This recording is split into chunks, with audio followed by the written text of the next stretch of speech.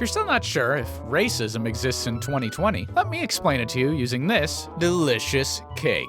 Now before we start, we can all agree that cake is a dessert. And no matter which type of cake you are still a dessert.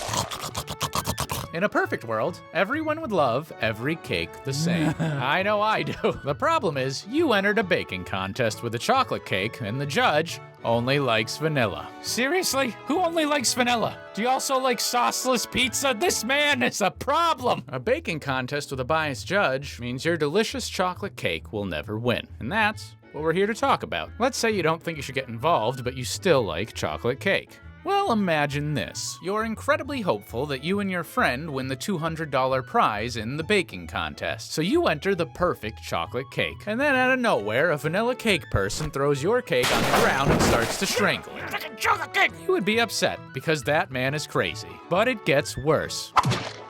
Because that person is judging the baking contest. Why would you do that to a cake?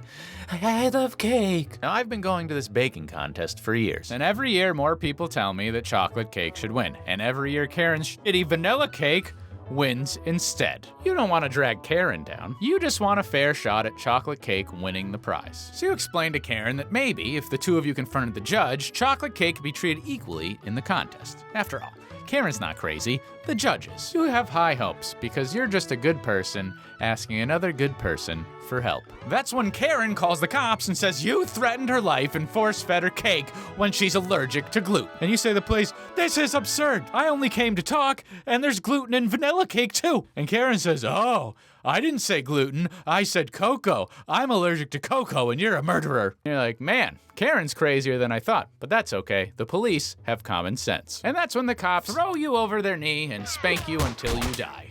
What? What? Ah! As you can see, things are currently unfair for chocolate cake. They feel unsafe. No one's saying vanilla cake or carrot cake sucks. It's my understanding that chocolate cake just feels unsafe compared to the other cakes. Understandable. I just got spanked to death by a police officer.